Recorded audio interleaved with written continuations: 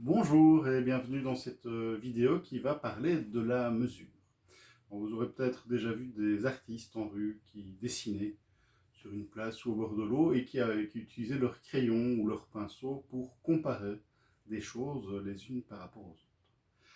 Alors par rapport à ça, il y a deux, trois petites choses qu'il faut savoir et deux, trois petites façons de faire qu'il vaut mieux respecter pour éviter d'avoir des déformations et des transformations dans le dessin que l'on est en train de réaliser.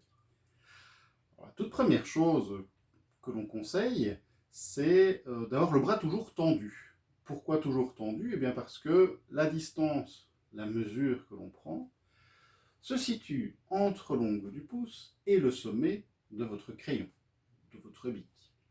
Et donc si vous ramenez le bras, la mesure, la distance de ce qui est derrière que vous êtes en train de prendre comme mesure va changer. D'accord? Donc, le bras tendu. Deuxièmement, l'axe de l'outil de mesure. On va essayer de l'avoir toujours bien vertical, bien perpendiculaire par rapport au sol. Là aussi, si on incline l'outil de mesure, la distance qui est ici va changer. Donc ça, c'est la deuxième règle importante.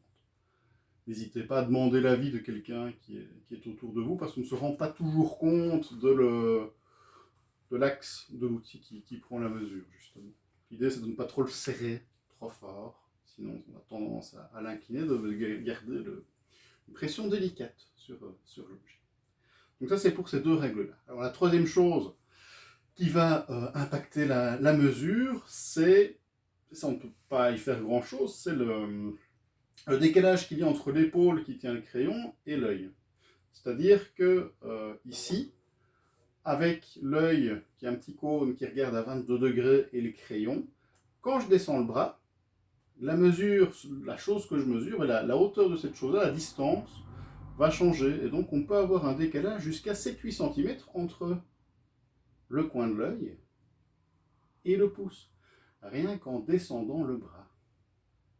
Alors qu'est-ce que ça change concrètement quand on va comparer ou qu'on va calculer, vous avez peut-être déjà entendu ça, le nombre de têtes qu'il y a dans le corps, cela peut générer une déformation.